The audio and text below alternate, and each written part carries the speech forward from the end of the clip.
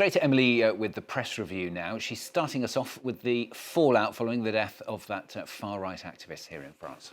Yes, well, 9 people have since been arrested in connection with the death of Quentin Deranque, and the fallout, the particular political fallout in particular, is all over the French front pages. So let's start with Le Figaro. Here, this is their front page this morning. Their headline reads, Quentin, the net is closing in on La Jeune Garde and LFI. So the suspects arrested had links to La Jeune Garde, which is an anti-fascist group, and another suspect is reported to be a parliamentary assistant to a French MP from Jean-Luc Mélenchon's left-wing party, La France Insoumise, also known as LFI. Well, that assistant has now been fired, but the MP he worked for had already been condemned for radicalisation. Now, this, of course, has created political havoc in France. Let's stay on the right of the press and go to L'Opinion. This is their front page here this morning. The headlines, the left's guilty silence about LFI.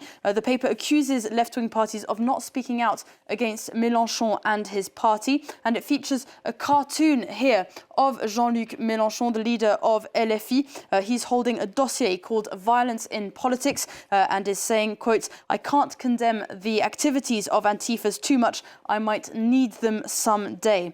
Let's have a look at Libération, going to the left of the French press. This is their front page. Here it says, La France Insoumise is in turmoil. It features a photo of the heated debate that happened in the National Assembly yesterday after a minute's silence was held. Mediapart, meanwhile, has this is the front page of their website here. It says that whilst the investigation shows progress, the political debate is worsening. The paper says that LFI has been judged guilty without a proper trial, and says that public support for the party is hanging by a thread with only 1 month ahead of local elections. Now to the story we brought you was breaking news in the third hour of the programme yesterday, the death, of course, of Jesse Jackson. The papers are full of it, inevitably. Yeah, tributes and obituaries, but also really interesting analysis pieces. Let's have a look at a few of them. The first one here that I wanted to highlight is from the Washington Post. It's an article written by a journalist who covered Jackson's 1988 presidential campaign. She describes the blatant racism that the Democratic candidate had to overcome, even coming from within his own party. The BBC also takes a step back in time with this article here. It discusses Jackson's lesser-known activities as a hostage negotiator. Jackson helped negotiate the release of 2 US soldiers held captive by Yugoslav forces in 1999. And by that time, he had already negotiated the release of around 30 US captives in multiple different countries. Finally, on this, The Guardian has this article here about Jesse Jackson. It calls him the living bridge between Martin Luther King and Barack Obama. The paper says that Jackson's 2 presidential runs, quote, brought the civil rights movement into the heart of the Democratic Party and opened doors for others to walk through. To football now. A racist incident, in fact. It's during a Champions League game last night. It's getting a lot of coverage. Yeah, this was an incident in the Champions League last night between Benfica and Real Madrid, and it's on the front pages of a number of sports papers. This is the Spanish paper Marca here. Their headline reads, Executioner and Victim. It all happened between the first leg of the playoff game, as I said, between Benfica and Real Madrid. Brazilian international Vinicius Jr. received a yellow card after celebrating a goal he had just scored in front of the Benfica fans. He was then approached by a Benfica player who reportedly insulted him with racist slurs. Now, The Athletic takes a closer look at what happened during those first minutes of the game. The game had to be stopped for 10 minutes in order to re-establish some order. The Benfica staff received a red card, for example, and it ended in a 1-0 win for Real Madrid. Now, Kylian Mbappe, a Real Madrid player, has called for the Benfica player to be banned from all Champions League games in the future. It's not clear yet, though, if there have been any behaviour or disciplinary actions that have been taken against either the club or that player.